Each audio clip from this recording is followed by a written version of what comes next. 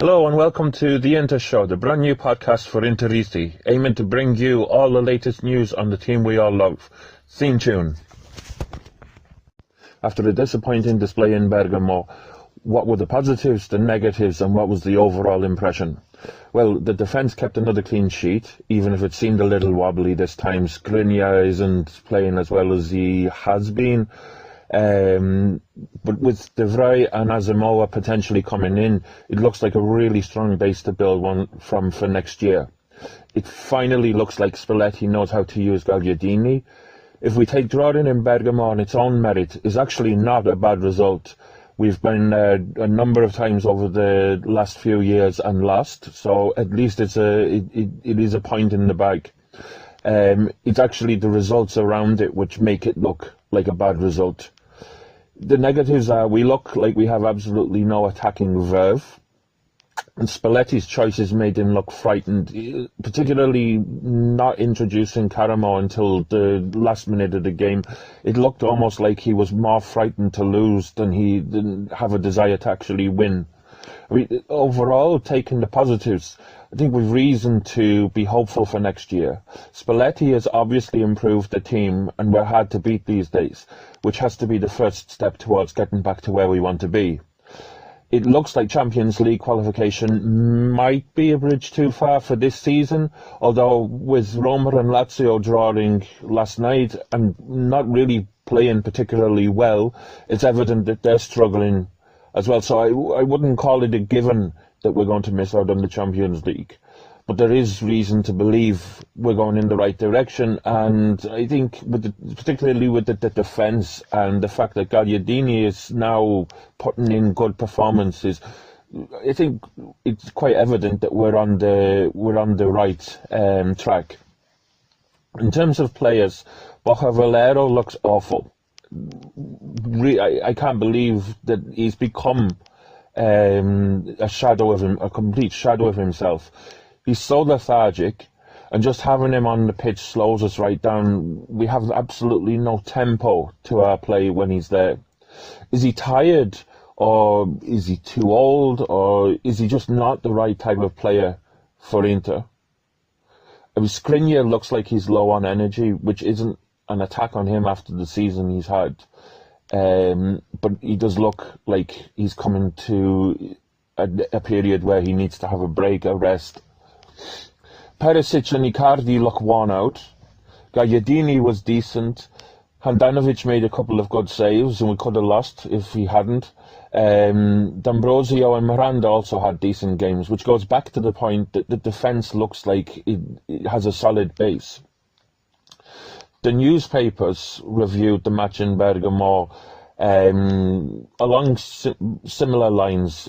Il Corriere dello Sport headlined with "No Icardi, no party." Another bleak performance from Marito, 0-0 in Bergamo. The Champions League remains in the balance. 2 points, no goals from the last 3 matches. Going to La Gazzetta dello Sport, Inter zero growth. In Bergamo, Atalanta were better. The brakes are put on Spalletti again, 0-0. Inter haven't scored in 3 games. They don't move ahead in the race for the Champions League spots. Gasperini frightens with the young Barrow.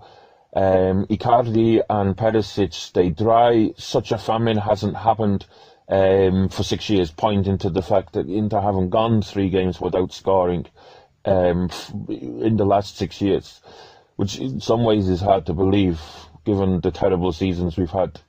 Inter only catch up with Roma and Lazio. Well, that was true of yesterday morning, but following the derby, we're now a point behind them. Tuttosport. Atalanta don't go in front.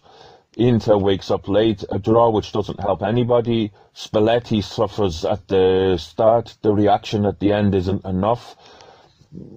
Tuttosport, as we all know, is more or less a Juventus fanzine, so I don't think they're ever going to say anything positive about Inter, but they seem to be the most damning of the 3 sports newspapers. Milano Today, Atalanta 0-0, draw which leaves the 2 Lombard squads unhappy.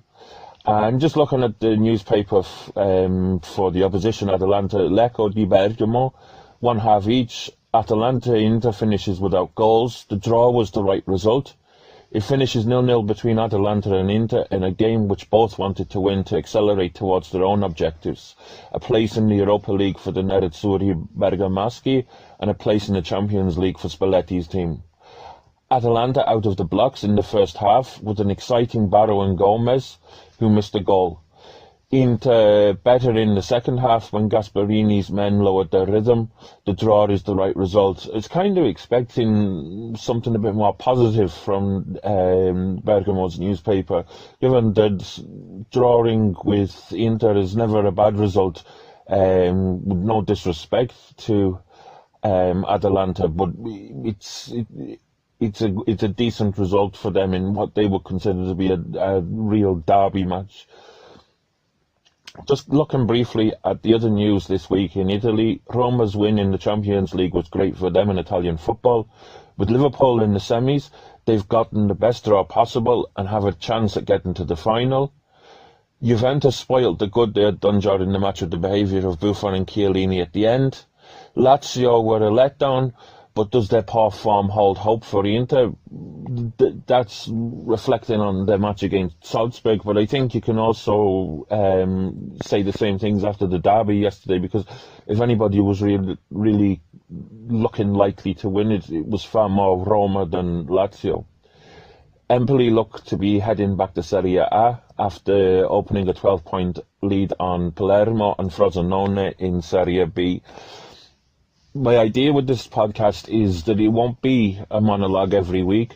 I'm hoping that people will get in touch and will give their views, and also hopefully I'll be able to get some people to come onto the show as co-hosts. So if you would be interested in doing that, please drop me a line and I'll have some contact details for you in a moment. So as I said, this is just the start of this podcast, an attempt to try and get it up and running. I'm looking for co-hosts, I'm looking for guests, I'm looking for questions. If you want to get in touch and help build this podcast into the best Inter podcast around, email theintershow69@gmail.com. Get in touch via Twitter at #AskTheInterShow, or you can find us on Facebook at @ TheIntershow69. Thanks, and Forza Inter.